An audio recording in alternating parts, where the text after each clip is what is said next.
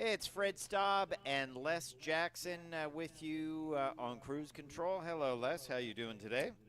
Just fine, and as usual, whole lot going on. Yeah, we're going to tell you about this pint-sized fun vehicle from BMW, the M2. So that has got an incredible amount of power. It's a small vehicle. I think that is one of the fun ones. Comes with the optional motorcycle, too.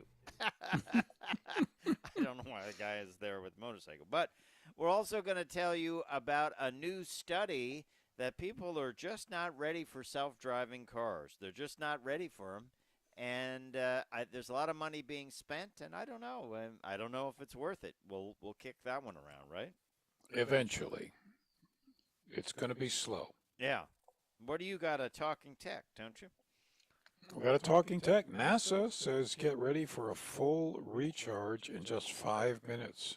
Yeah. So hey, if they're working on it, it'll work. Yeah, that's pretty cool stuff. And then we're going to take a look at a new EV. This is the SUV 3, from the folks over at Polestar. They build some interesting stuff, don't they? Look at those kind of golden orange. They do. Interesting. Seatbelts. Yeah. Yeah, interesting. They're going to call it a 3, which is, of course. Here we go. We are going to go live in just a bit, so stay tuned. All right. This is Cruise Control. Your on-air automotive magazine with co-hosts Fred Staub and Les Jackson. Everything you need to know about new and used cars. Industry news. We'll fix or repair your car on the air. Fasten your seatbelts and let us take the wheel. Now, your ride is about to begin. Because you're on Cruise Control. Cruise Control. Cruise Control.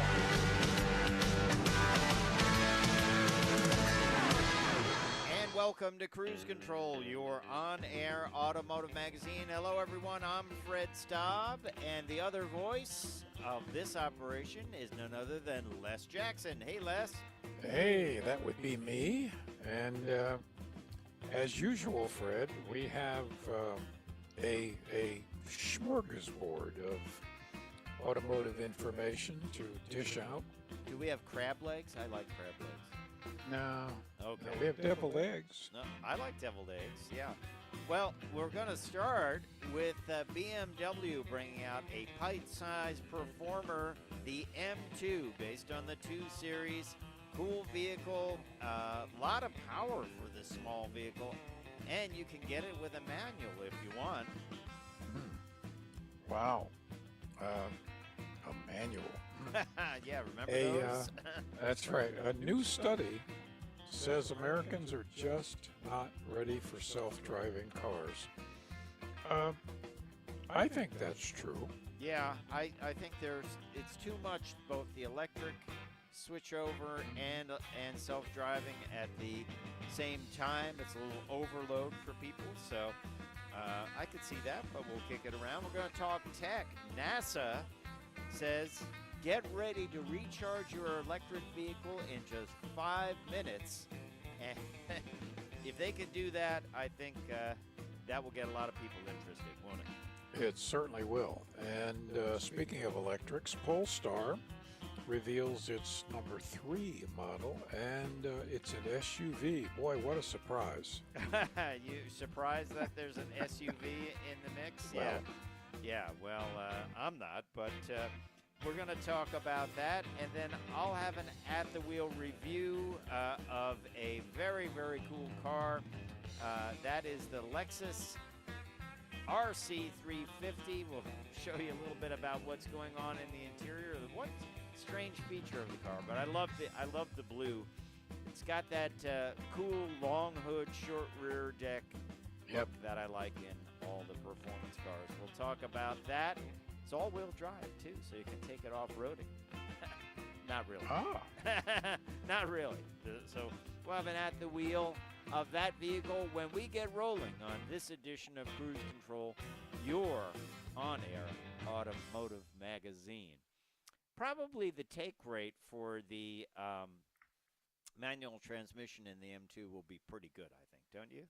I would think for that, but overall, the take rate for manuals for the industry is like 2%. 2%. 2%. if that.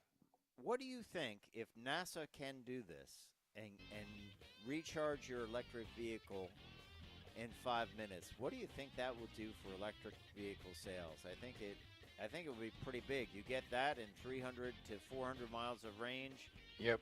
I don't know what it will do to the battery though, forcing that much power in there, but we'll talk current about density is something to worry about. Yeah. I'm kind of excited for solid state batteries, but we'll be right back.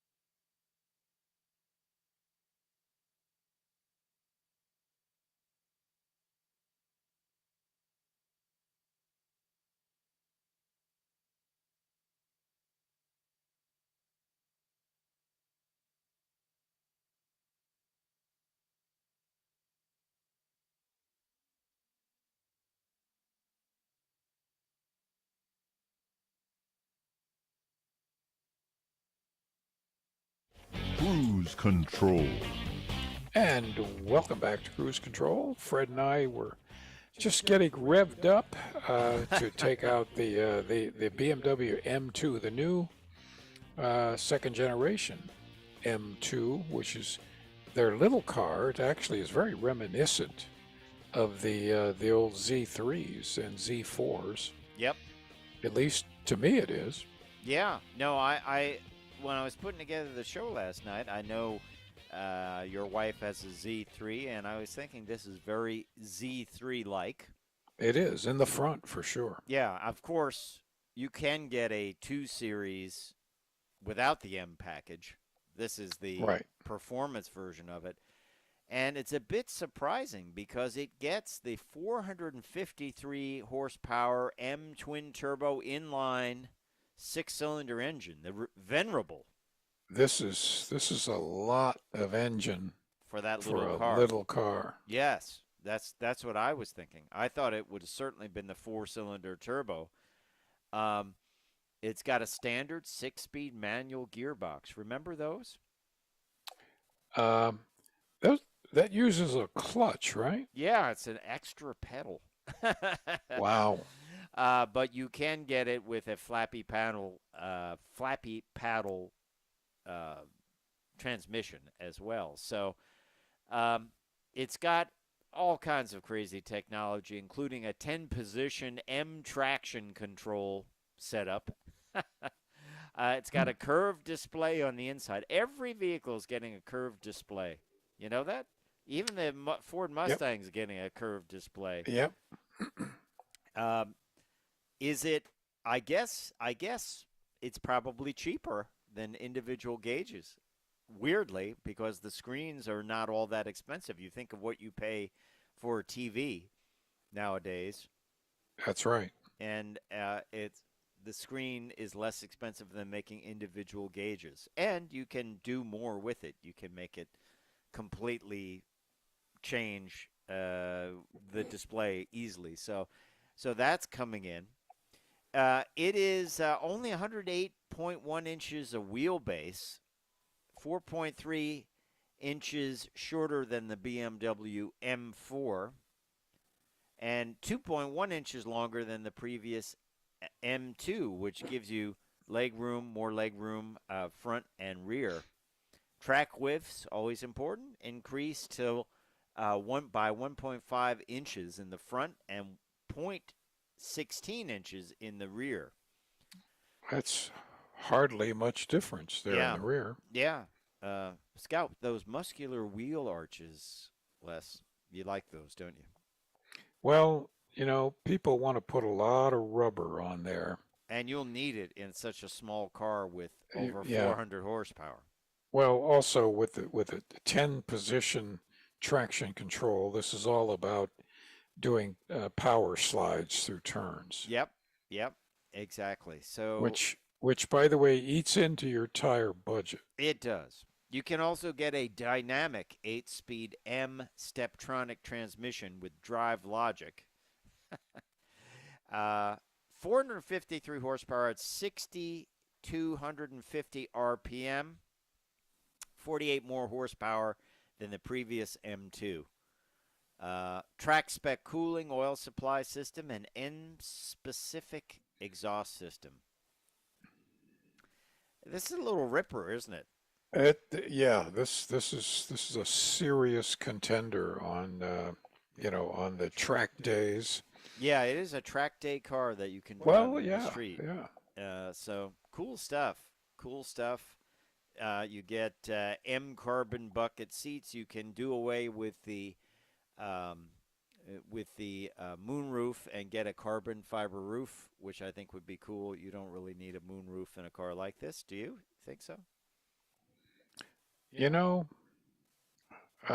Do we have a price on this? No. It's a lot. Yeah, we don't have any price on this, but it's going to be a lot. 0 to 60, 4.1 seconds. Is that with the manual? Let's see. That was with the manual. And the Steptronic is 3.9 seconds. Top speed of 155 or 177 with the M driver's package. Most of these things will come pretty loaded up, I would imagine, wouldn't you? Yeah, I think you won't be able to find one that doesn't have everything on it. Yeah. Cool car though. Cool car. I think you said it right when we got into this hour of cruise control. This is a pure BMW, as pure as you can get. And for someone that's looking for that experience, they're going to get that with this M2. I look forward to driving it. I think it will be fun times. So apparently, what's not fun times though, Les, is people thinking about self-driving cars. They're just not ready for it yet. That's what one new study says. And we'll have that study when we come back on Cruise Control. I'm Fred Staub. He is Les Jackson. And we will not be self-driving for the rest of this hour. No.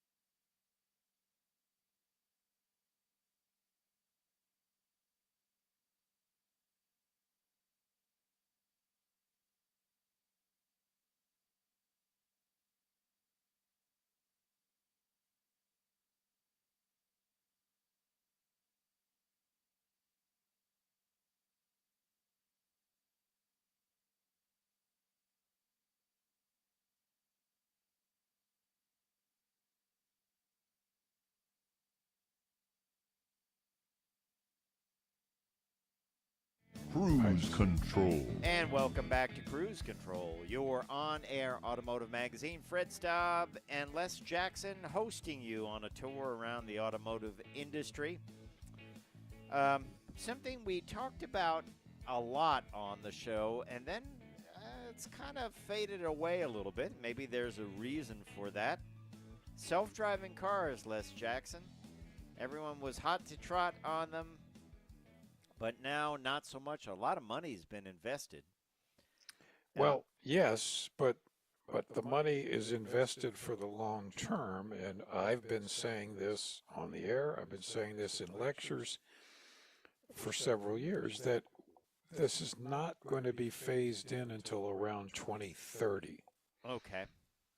We're at level 3-ish, 3 minus out of 5 levels. And sure, people aren't ready for it because the system isn't ready for it yet, but the vehicles have to be designed, way in advance. And unfortunately, we have things like situations like Tesla advertising self-driving, and it's nonsense. And their system can be thrown off by the fact that there's no white lines on the road. It was just paved or they're worn or whatever. Simplest things. Bad weather. Yeah, bad weather. This is an interesting poll from J.D. Power's Mobility Confidence Index. They always have these indexes. Yep. And it found individuals are willing to transport goods in an autonomous vehicle, but not themselves. That they don't feel safe in an autonomous vehicle themselves. Although I wouldn't feel safe with an autonomous tractor trailer if I wasn't in it, but it was running into me. How about you? Yeah, me too. I'm more concerned about that truck. Yeah. I at least have some degree of control over the self-drive vehicle I'm in. Right. The study also found 65% of consumers cannot define a self-driving vehicle. See, they should be listening to Cruise Control. Then they would know. Right. They would have some background on it and say, well, Les told me, around 2030 is when the technology is, or they would know we need that vehicle to everything system to make it all work, or we have to remap all our roads and scan all the roads and do a lot of different updates to them to make this all work, right? That's right, because it depends on GPS, which is being remapped worldwide to instead of 18 inches plus or minus, it's going to be 1 centimeter. Wow, so that's military precision. Yeah, right. And you need that because the vehicles have to know where are the mailboxes, where are the curbs, what's there. Now, this is kind of concerning, and I'm frankly thinking somebody has caused this. Well, we know who we're talking about. 56% of the people that were polled on this J.D. Power Mobility Confidence Index incorrectly classified driver assistance technologies, such as lane keeping, as fully automated self-driving technologies. Yep. So that's a problem. That is a problem. So it seems that people, as far as their readiness goes, they had a 100-point scale.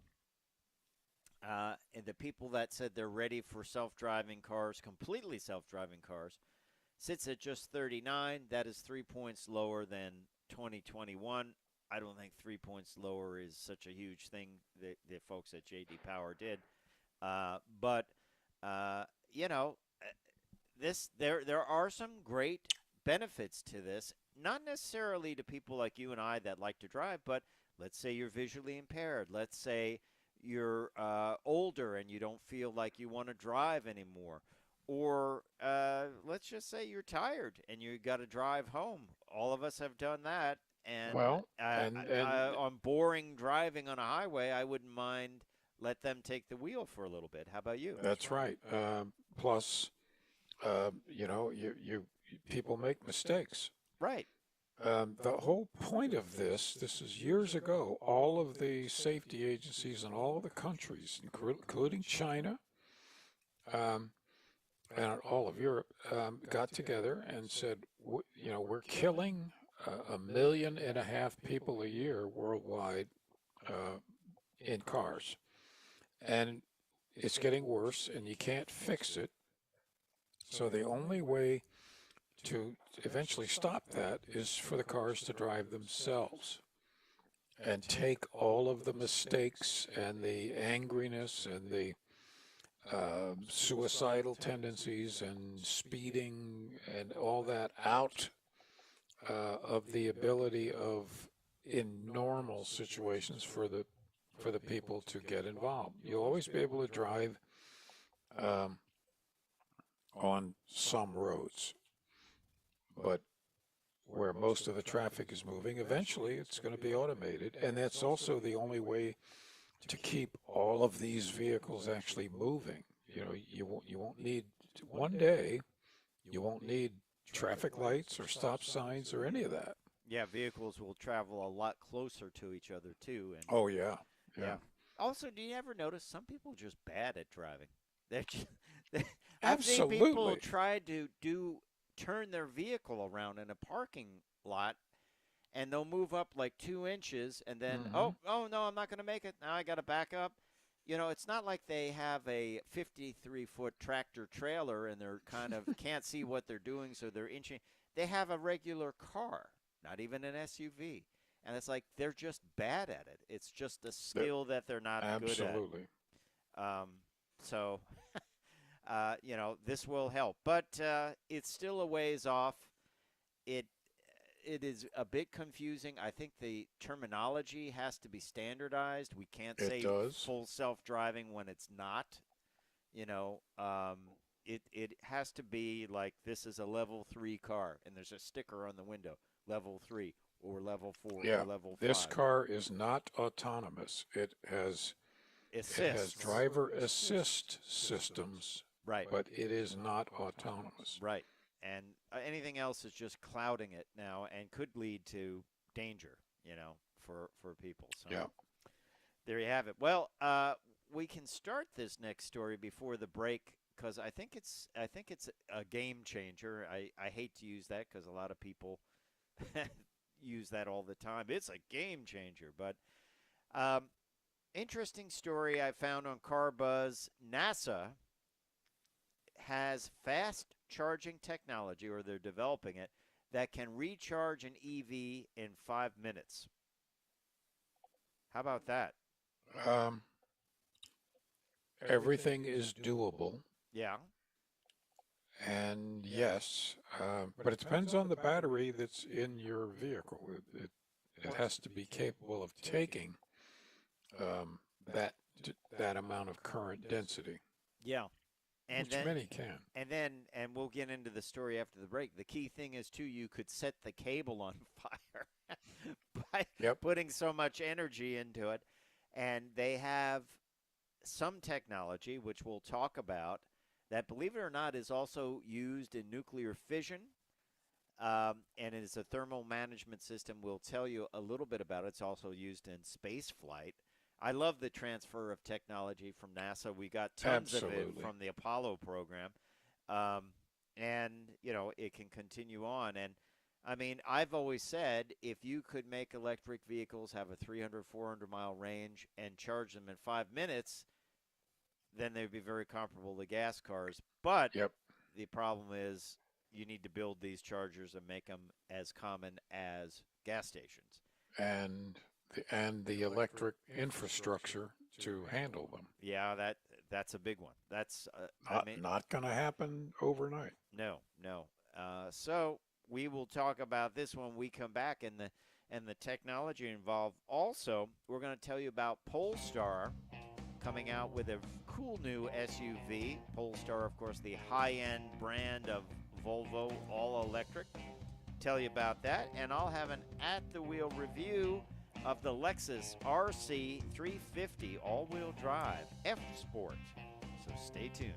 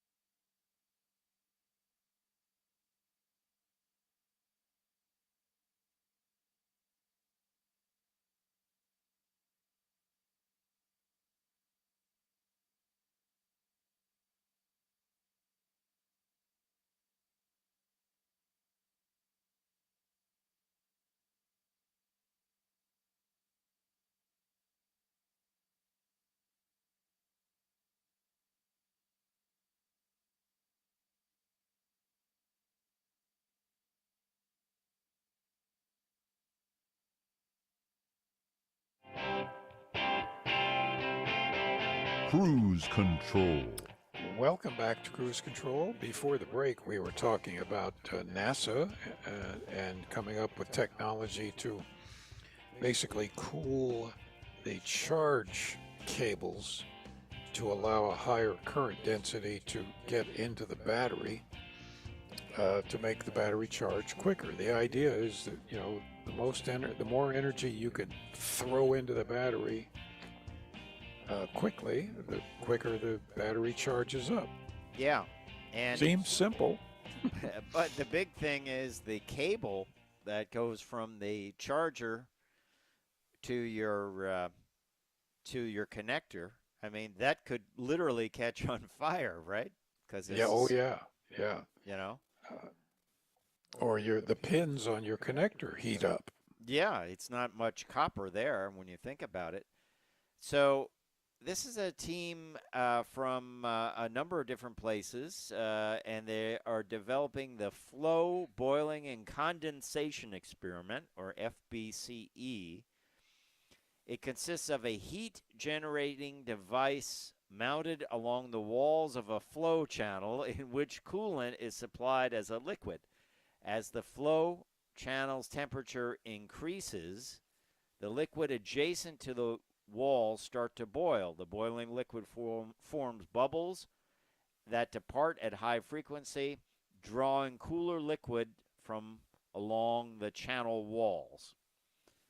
And it is used to cool nuclear fission, power systems in space, and as part of their rocket engines as well. So I kind of get it. It boils away. It kind of pulls the cold coolant towards the heat source, and that just keeps going.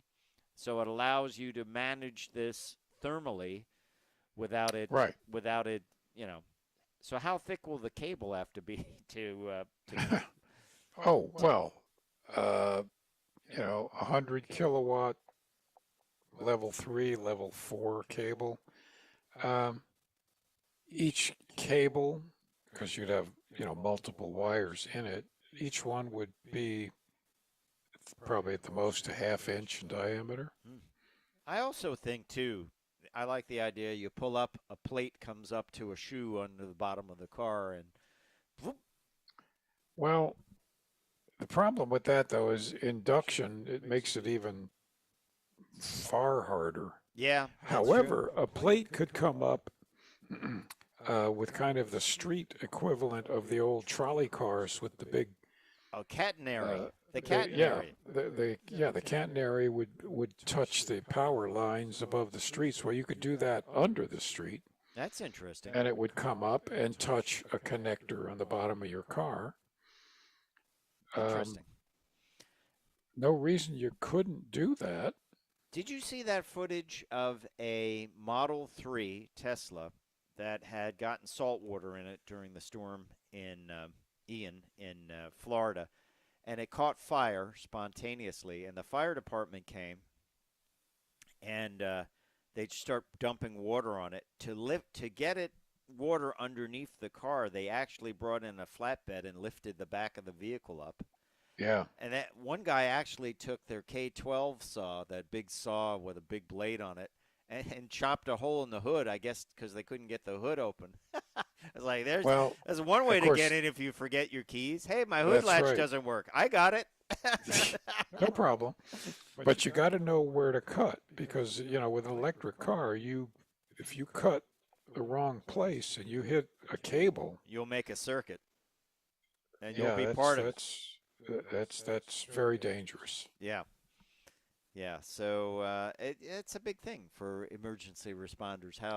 And this thing just starts cooking off, and it's, I don't know. They say they might have to put these things in tubs of water, basically. So somehow they have to come up with a way, or I've heard of putting like a car cover over it and then flooding it with water, all kinds of ways to stop the runaway reaction. But we'll have to see how that happens. But let's talk about a Polestar 3.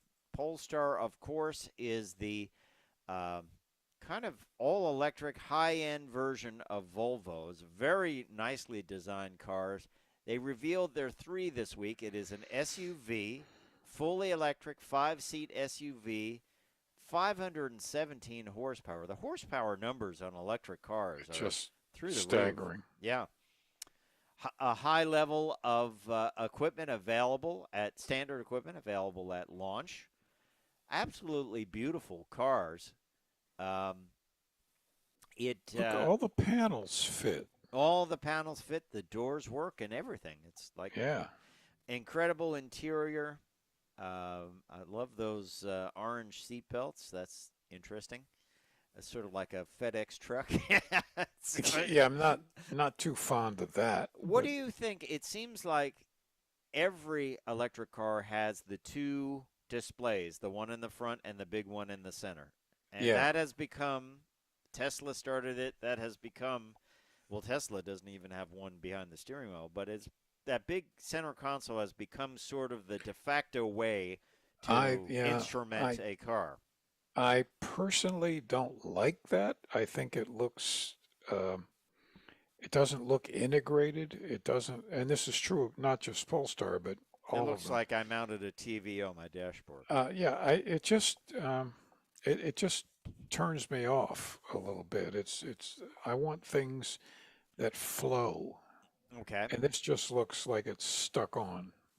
You know, available in the second quarter of 2023, they will have an optional pilot pack with LiDAR from Luminar, which will add additional control unit from NVIDIA, which makes graphic cards and other things for computers. 3 cameras, 4 ultrasonic sensors, and cleaning for the front and rear view cameras, providing accurate real-time data for the car surrounding, and enhanced 3D scanning of the car surrounding in greater detail.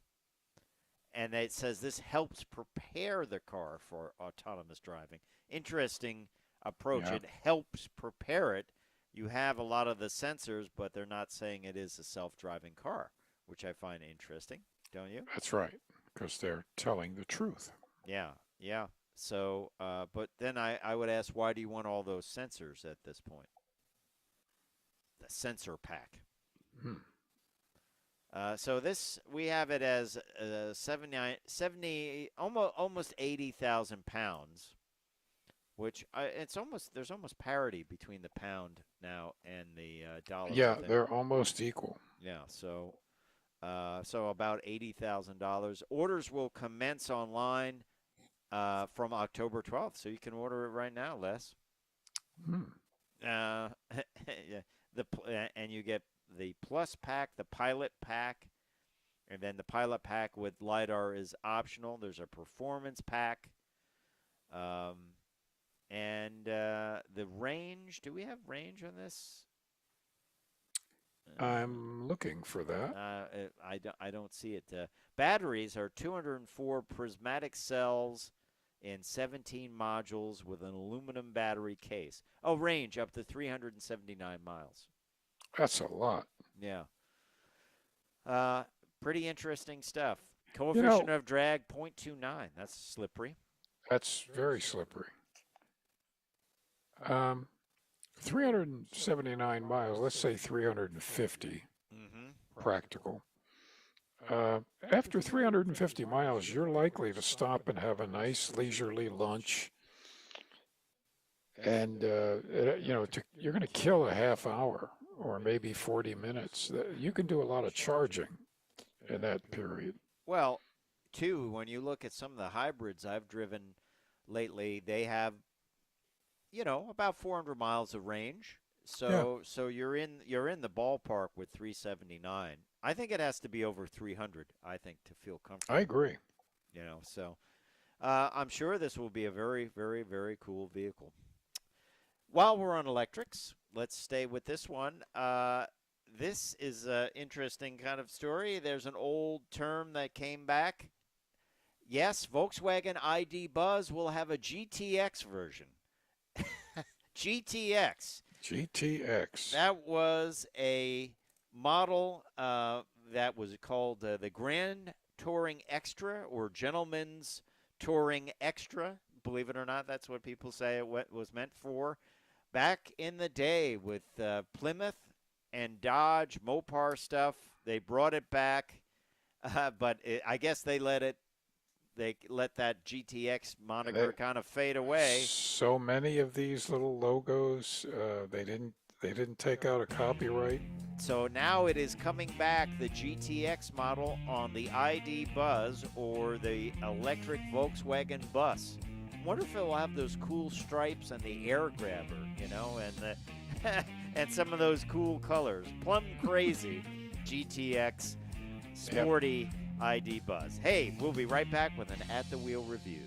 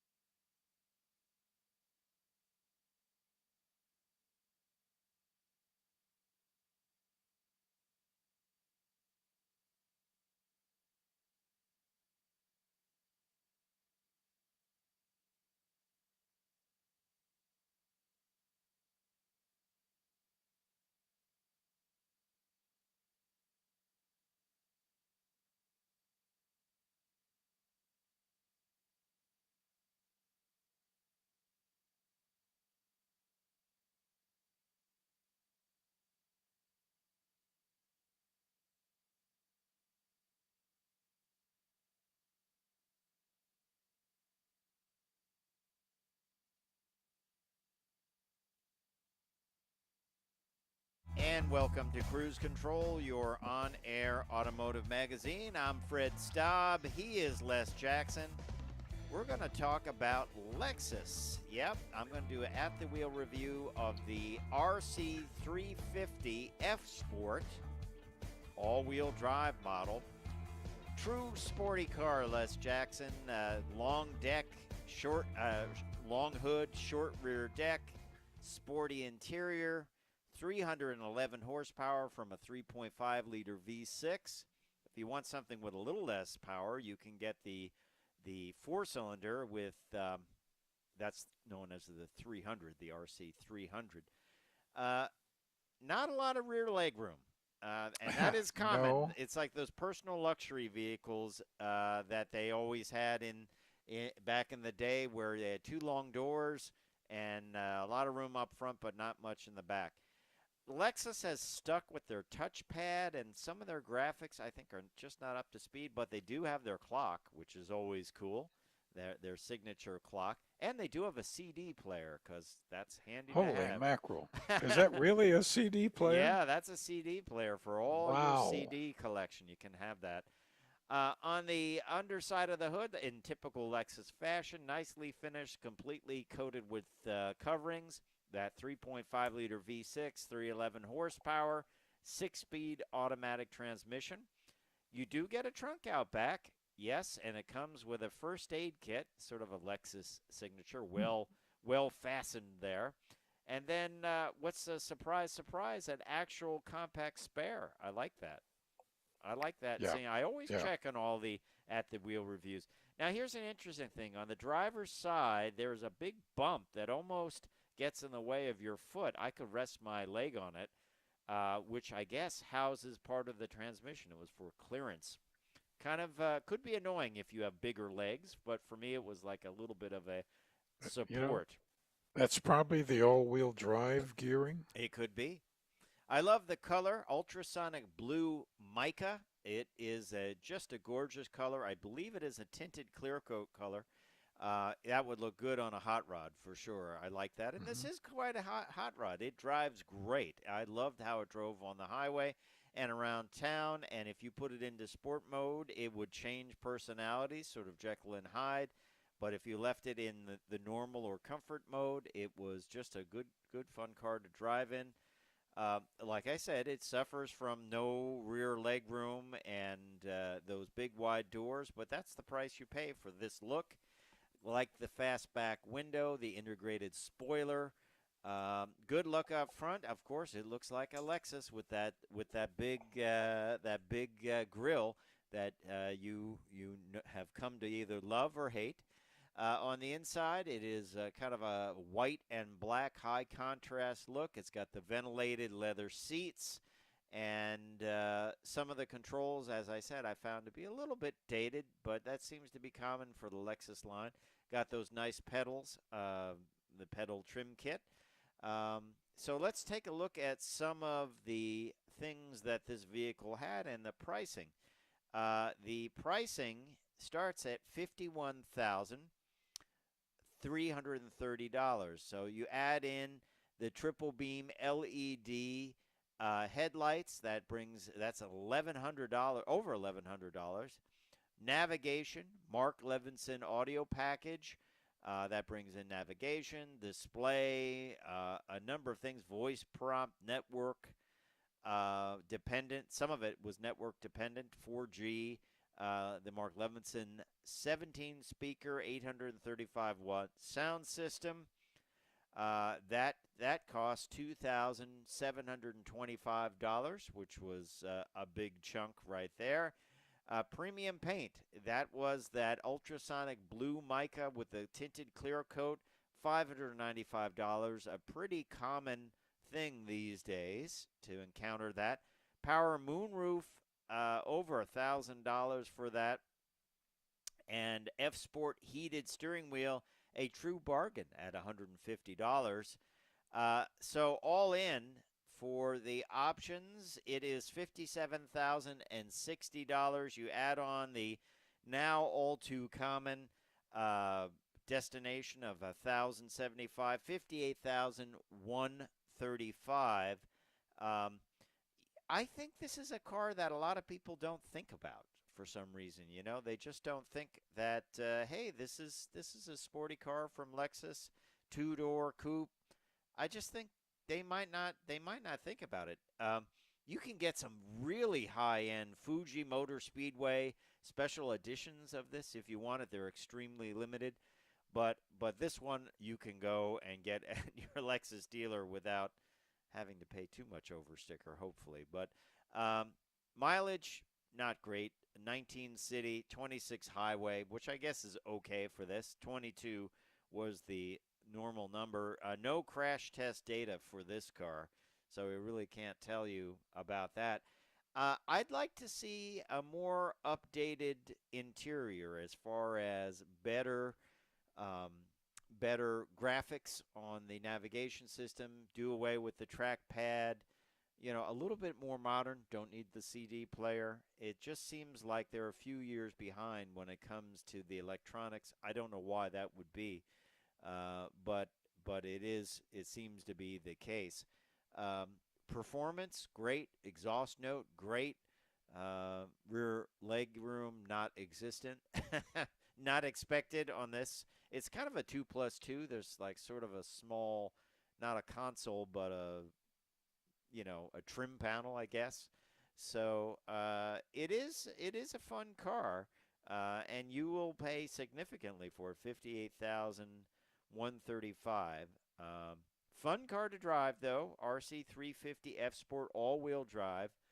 All-wheel drive for performance, not for taking it off-road. That's for sure. But love the color. You've restored a lot of cars. I mean, that's like a color that I would put on a custom car, you know, and then you can easily get it because it's a factory color. You know what I like too? Full finish on all the surfaces, even under the hood. I find a lot of cars now are going with a grade 2 finish, which is they don't even bother clear coating the finish when it's around the trunk lid or under the hood, and I think it's nice to see that. I also like that it had a spare. I'm on a kick. Every press car I get, I check to see if there is a spare or just the spray can of sealant and and an inflator, because you just don't want to find out about that at an inopportune time. And I think a lot of people are still surprised that, hey, my car didn't come with a spare tire and wheel. So I think it's a good thing for everyone to check when they get or buy a car, just to open it up and see what comes with it and ask if it's an optional thing. Might be worth whatever it is, whatever the upcharge is, to get a spare tire. But many don't even have space for it anymore. So, but there you have it. That is our at the wheel review, the RC350 F Sport all-wheel drive.